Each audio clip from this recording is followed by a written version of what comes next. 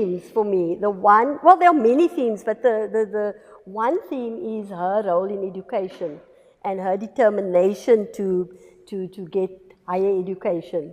And we are right in the middle of a crisis of higher education.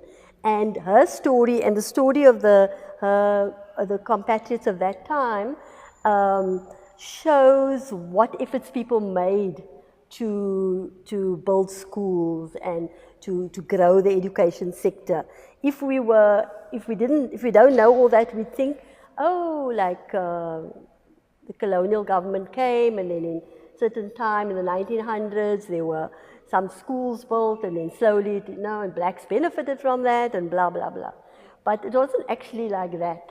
Yes, there was benefit of the missionary teachers, but then our people went abroad and studied. When they came back, they essentially took hold of the situation and started building schools and colleges and developing people. And we don't really know that, not enough people know that story. So there was, a great deal of agency and a great deal of people that we can be so very proud of, and who are role models. And I think Charlotte is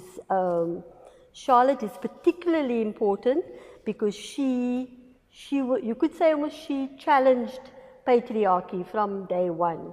She came back from the US and she attended a meeting in Lexington in Queenstown and in 1902, and there they didn't want her to be part of the meeting. This is now the early formation of the ANC, the early organizations, which Andre writes about so amazingly in his book, The Founder.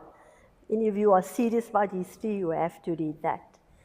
So there she challenges the men who have gathered, about 40 men, and I think it was, I'm not quite sure now if I'm mixing the meetings up, but she challenges them and then they agree they're going to have a discussion to see if she'll be allowed or women will be allowed.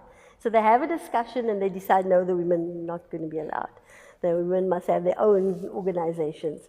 And so Saul Plaatje comes and he like really whoops them, and he says something, he speaks about it that you think it's somebody speaking about it now.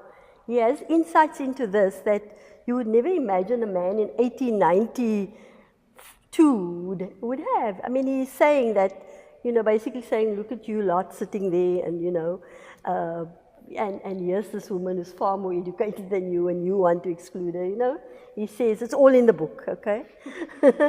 but he says it very strongly, and it shows to you that there were these enlightened people in our country, these intellectuals, these people who had a sense of the world and who were part of the world, and were part of the debates and discussions that were raging in the world, And so it makes one very proud because you start seeing, hey, this is where we come from.